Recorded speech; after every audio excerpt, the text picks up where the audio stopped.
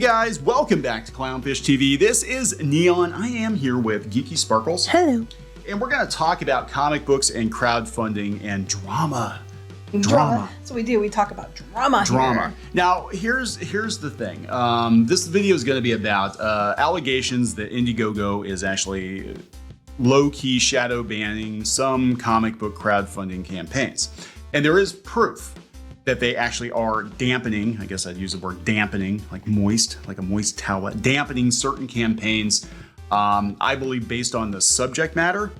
Dampening, no, we're not moistening campaigns. We're not moistening campaigns. Oh, that's going to be our. Sorry, Mama. That's gonna be our new word. crowdfunding site. We're gonna start one called Moist. No, we're not, because my mom will kill you. What are you She crowdfunding hates over that at, word. over at Moist? It's like a bad word to my mom. But we're gonna talk about comics crowdfunding. We're gonna talk about where politics or why politics come into play here. How they come into play. We're going to talk about where comics are in the grand scheme of things in crowdfunding, and just TLDR, comics aren't that important to crowdfunding platforms. Sorry, I mean, but it's we're pretty true. It's important to people like us and probably you guys listening, but in the overall scheme of things, it is a drop in the bucket. Yes. To the crowdfunders. Yeah, and there is and I'm going to be honest, there's a disproportionate amount of drama around comic books and comic book crowdfunding compared to the amounts of money that they bring in for the platforms. I can tell you why. Because comic books has, like, we've made the analogy to a pie many times before. There's like a pie of the amount of people who are actually willing to buy comic books, and it doesn't seem to grow. If anything, it seems to shrink. So you have all these people fighting for that money. So it's more cutthroat.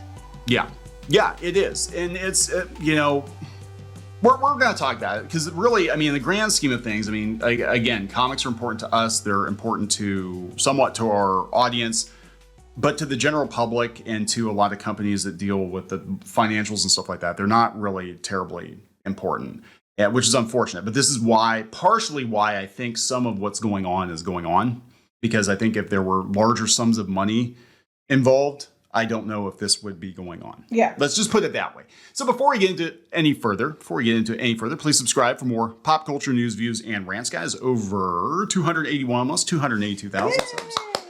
Thank you so much for the support. We do talk about comics. We have done comic book crowdfunders ourselves. We just came off of Crimson Ren Volume 1, which was on both Indiegogo and Kickstarter. Mm-hmm. And we did about $110,000 on that one. Amazing support. Thank you so much for that. So I want to be very clear. Like, I'm not belittling that accomplishment at all. You guys have been absolutely incredible. We're not belittling, the whole idea of crowdfunding either. No. But it is interesting, and I think a lot of you guys wouldn't be aware of this. When you have people like Ethan Van Sciver pulling the numbers he pulls, and then nothing ever gets, mentioned about it, but there's a lot of hate. Because there's a lot of people that are very jealous about, like him and others, that are pulling larger numbers, and they think that they are owed something because, I'm on the side of justice or whatever, Yeah, and what's weird about it is, and again, not to slight any creators, and there are creators out there that have done millions of dollars, but again, in the grand scheme of things, the amounts of money that comic books bring to crowdfunding platforms is relatively insignificant. I'm not trying to be a dick about it, but and then when you have like a small group of people taking a big hunk of that small percentage, right? That's why we have you said there's so much drama that it doesn't seem like it's statistically equal to what it should be. Yeah, there is more drama around comic books, comic book crowdfunding, the comic book industry, the comic book webcomics. The scene, the blogs, and all of this stuff, if you really step back and look at it, it's a tempest in a teapot. Mm-hmm. Like, the general public does not care. We do videos about comic books and the comic book industry, and people are like, oh, hey, that's kind of weird that Robin looks so, femme now. Huh, whatever. Pretty much. And they step over it. We've been to cons, people are like, they still make comic books? I literally have been to conventions. Yes. Okay. So as, especially when I was working in Disney Comics, we got invited to a lot of conventions. We go and set the booth up and stuff, and people are like, they still make comic books. Isn't that cute? Oh my God, I remember Donald Duck comics back when I was a little girl. Comic-Cons have become more of a pop culture thing. Yeah. But anyway, let's get to the point of this. So here's what's going on. And we held off on weeks to do this. There have been allegations that Indiegogo has been shadow banning certain creators' accounts. Of course, the creators involved are ones that would probably be associated with Comicsgate or Comicsgate adjacent or conservative politically, right? Okay. And the thing is that there actually is proof in the code that Indiegogo is kind of low-key dampening these campaigns. Allegedly. We have to do that for... We have to do allegedly. I made sure that word's in there. Right. Because... CYA, people. CYA. So here's the thing. There are multiple things going on. And Peter put this article up on Clownfish TV, and I had some people reach out to me and were kind of like, this is an issue, a non-issue, whatever. It does seem to be the case because there is code. People have found in the code that there are a couple lines in there that kind of dampen the campaign's reach on certain campaigns. Now, from my perspective, it does seem to be on a case-by-case basis based on the content of the campaign. If the campaign seems overly political or has, some potential nudity or whatever, dicey subject matter, it does seem to me, allegedly maybe, that Indiegogo is actually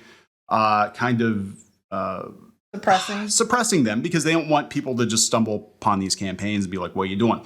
It won't make the venture capitalist people very happy. That's okay. So that's where I'm going with this. So let's wind it back here a little bit, right? And the campaigns that are affected would include Mike Barron's campaign, Chris Braley's, and they are not getting seen by Indiegogo browsers unless you are going directly to that campaign.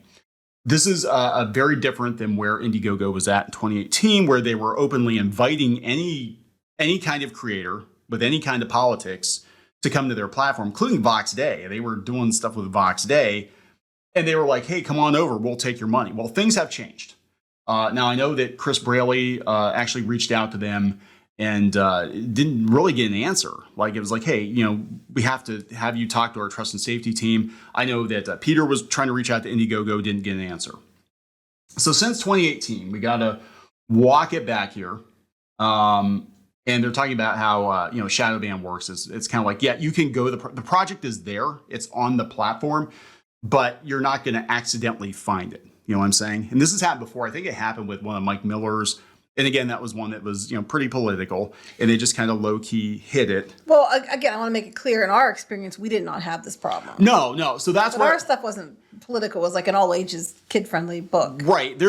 Here's the thing. So we personally I don't think are ever going to be in danger of having our stuff shadow banned. They might be now. I don't think so. I really don't think so. I don't think so. And I'll tell you why, why I think this is going on. So, again, we're not overly political. We don't have any dicey content. So I think our stuff is pretty middle of the road, pretty safe. Now, here's the thing. I went to Indiegogo. I wasn't logged in. And the first thing I saw on the homepage was actually a new Cyberfrog campaign. So they're obviously not blacklisting every CG creator. Mm-hmm. Again, I think it's on a case-by-case basis.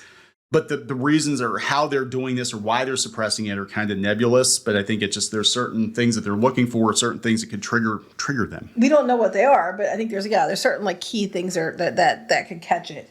Right. And what is concerning these creators is they're trying to get an answer out of Indiegogo and they're not getting an answer. So let me tell you, again, what I think is actually going on here.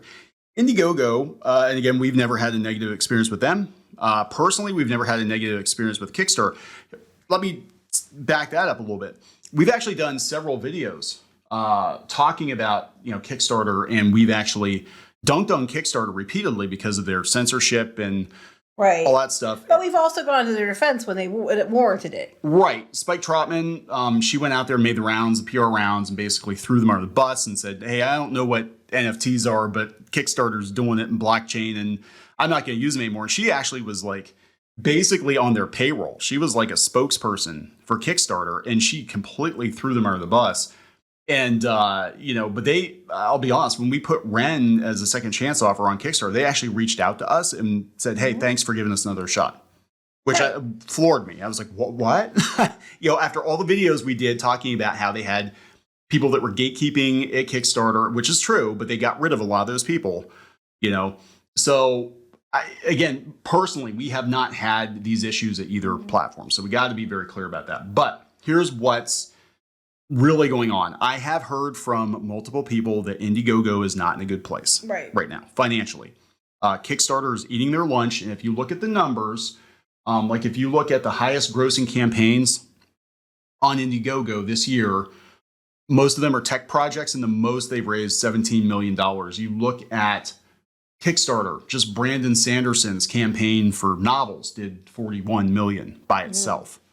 You know, and they're getting bigger and bigger and bigger projects. They've got bigger, Hollywood studios getting involved now in Kickstarter, and they've basically become the brand. When you think of crowdfunding. Yeah. I mean, let's be honest. I mean, that was one most people thought of before Indiegogo anyway. The only reason Indiegogo started picking up again was because people like EVS were over there putting their big ones on their platform because they didn't want to go to Kickstarter, or they couldn't go to Kickstarter.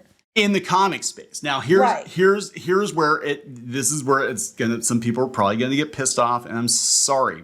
I'm a numbers guy. In the grand scheme of things, even if a couple of people every once in a while have $1 million campaign on your crowdfunding platform, that doesn't happen in comics very often. In fact, it takes thousands of comic book projects to make a real dent in the bottom line. Even on Kickstarter, where there are a lot more comic book projects, comics are way down the list. They're even under film and video, under film and video, under food, under regular publishing and fashion. This is in the millions of dollars, right? So Indiegogo, I imagine it's much, much less. And Indiegogo is chasing big tech projects. They'd rather have somebody drop a $10 million project for some sort of gadget, and that's kind of where they're at. And knowing that they're in a bad financial place right now, knowing that they're trying to basically chase whales, big tech projects, they are probably trying to do everything they can do to not court controversy and to make sure that if some investor comes in or some potential buyer comes in and looks at the website, they're not like, what's with all this right-wing comic book crap that's on the front page. But to be fair, though, are they even looking at that? Because they're mostly looking at it from a tech and video game standpoint. Yes. So, I mean, are they even going to notice that? Well, the thing is there have been a lot of, and he brings this up, there have been a lot of articles written about Comicsgate using Indiegogo, and Indiegogo has become the platform of because they're trying to they're trying to take that platform away from them, because let you know that if they take them and kick them off, then everybody's going to back their projects in their mind. And I'll use the analogy I always use. If you've been with us a while, you've heard this before. It's like the whole soap opera analogy, where you have one girl who's in love with this guy who has a girlfriend, and in their mind, if I kill the girlfriend, he'll love me. That's not how it works. Again, a disproportionate amount of drama compared to the financial gains. Like, I mean, I've seen people, hell, we get people nipping at our ankles, right? Doing videos about us that get like dozens of views if they're lucky, and they spend all that time. I'm like, just because they can't stand the thought that we exist. I'm like, that's freaking sad, But there is so much drama and so much jealousy and so much petty bullshit going on in comics. So knowing that Indiegogo is in a bad financial place. In fact, their current CEO said that I guess 2019 was the first year they weren't profitable, but they broke even in the 12 or 15 years they've been online. How about since then? Because 2020 was a big year for a lot of people because it was. We don't have those numbers. Yeah, so they've kind of doubled down on China, I think, because of tech. They're looking for venture capital. Peter actually had links out to where, they've been looking for venture capital. I think this whole thing is about them basically, again, armchair observation and knowing some people that would know on the backside of things.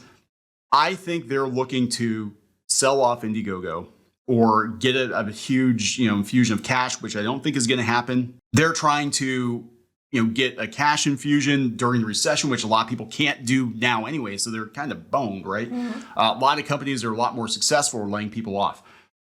I think what they're trying to do is make sure there's absolutely nothing on the website that somebody just dropping in is going to be like, oh, hey, what's this? They're going to find randomly. They're going to find randomly. Now, they're not kicking those people off the platform. Oh, they still want their money. They still want the money. Here's the thing. They'll gladly take your money. They're just not going to promote you. So there are a couple things here to unpack. One, you should never depend on a third party for all of your sales or to do promotion for you. Crowdfunding was never designed, and I don't know where this came from, whether it's Kickstarter or Indiegogo. Like, you have to promote yourself. You have to promote your own stuff. It's not their job to promote you. And you have to build your own audience. You know, Brandon Sanderson build his own audience. Yeah, but that being said, you should, you know, if they're letting other people get found, you should be allowed to get found. That is true. So if other people are getting found and their projects are popping up, and yeah, it should be kind of an equal opportunity thing. I'm just going to be honest here. I think it's not worth the hassle, whether it's Kickstarter or Indiegogo. Kickstarter basically let all their comic book people just kind of walk away. They didn't care because, again, you look at the numbers, the grand scheme of things, they could lose all of their comics creators and it's not going to make that much of a difference to the platform. Brandon Sanderson's making probably as much money as 2/3 of those creators are going to make himself, and that's what they're looking for, those big campaigns. And all those campaigns are putting in comics. Some of those are like, you know, Berserker and stuff like that. Yeah, they're huge. You know? You have to understand that. But even that, like, I mean, look at Eric July's, you know, what did he do, like 3.7 million on his site or whatever. That's even compared to these tech projects, like, to them, a drop in the bucket.